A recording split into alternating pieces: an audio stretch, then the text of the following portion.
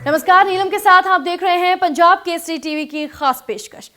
कहते हैं राजनीति में ना तो कोई स्थायी दोस्त होता है और ना ही कोई दुश्मन, और साल 2016 ये सबक एक बार फिर से सिखा कर गया है।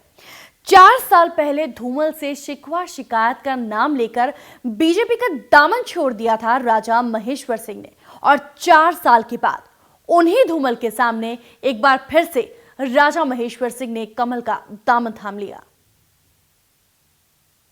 चुनावी साल से पहले कुल्लू के राजा महेश्वर सिंह घर वापस लौट आए। 14 अगस्त 2016 को महेश्वर सिंह की घर वापसी हुई। स्वतंत्रता दिवस से ठीक एक दिन पहले कुल्लू के ढालपुर मैदान में बीजेपी ने एक भव्य समारोह आयोजित किया। इस समारोह के दौरान धूमल की मौजूदगी में महेश्वर सिंह बीजेपी में शामिल हो गए। इत्तेफाक देखिए, धूमल के साथ अनबन के चलते ही वो अलग हुए थे और उन्हीं की मौजूदगी में उनकी घर वापसी हुई। तत्कालीन धूमल सरकार पर भ्रष्टाचार के कई आरोपों को लेकर वो बीजेपी के तत्कालीन अध्यक्ष नितिन गडकरी के दरबार में भी गए थे, लेकिन जब सुनवाई नहीं हुई तो नाराज होकर बीजेपी छोड़ दी। महेश्वर सिंह ने अपने जन्मदिन के मौके पर 2 फरवरी 2012 को बीजेपी से अलग होकर हेलोपा बनाई। उनका दावा था कि हेलोपा प्रदेश के लोगों को बीजेपी और कांग्रेस का विकल्प देगी। चुनावी साल में हेलोपा का बनाना बीजेपी के लिए घातक साबित हुआ। महेश्वर सिंह और उनकी नई नवेली पार्टी ने बीजेपी के मिशन रिपीट पर पानी फेर दिया। हालांकि हेलोपा से महेश्वर सिंह अकेले ही चुनाव जीत पाए, लेकिन बहुत सी सीटों पर उनकी पार्टी ने बीजेपी उम्मीदवारों का गणित खराब कर दिया। प्रदेश की करीब 2/3 सीटों पर जीत या हार का फासला 5000 वोट या इससे कम था। कह के एक पार्टी को चोर कह रही है और दूसरे को चोर कह रही है, और लोगों में धारणा चले गई कि दोनों ही चोर हैं। ये उससे खुद निपटे। पिछले विधानसभा चुनाव से ठीक पहले महेश्वर सिंह ने बीजेपी का दामन छोड़ दिया था और इस चुनाव से पहले उनकी घर वापसी हो गई। लेकिन राजनीति की इस उठापटक में यह सवाल जरूर खड़ा हुआ कि क्या महेश्वर सिंह बीजेपी की मजबूरी है या फिर बीजेपी महेश्वर सिंह की। राजा महेश्वर सिंह की घर वापसी में बीजेपी के कई दिग्गजों ने बड़ी भूमिका निभाई।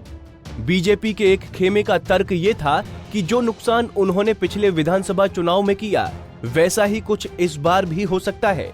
ऐसे में बीजेपी का दामन थामने से पहले जेपी नड्डा और शांता कुमार सरीखे नेताओं ने कई दौर की बैठकें हुई, जिसके बाद ही ये फैसला हो पाया।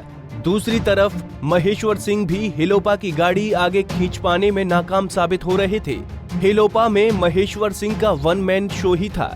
प्रदेश में तीसरे मोर्चे के इतिहास को देखते हुए उन्होंने अपनी पार्टी का विलय बीजेपी में करने में बेहतरी समझी। दूसरी ओर रघुनाथ मंदिर के अधिग्रहण को लेकर उनका कांग्रेस सरकार के साथ टकराव शुरू हो गया। 8 दिसंबर 2014 को भगवान रघुनाथ की मूर्ति चोरी होने के बाद सरकार ने मंदिर को ट्रस्ट बनाने का फैसला लिया था।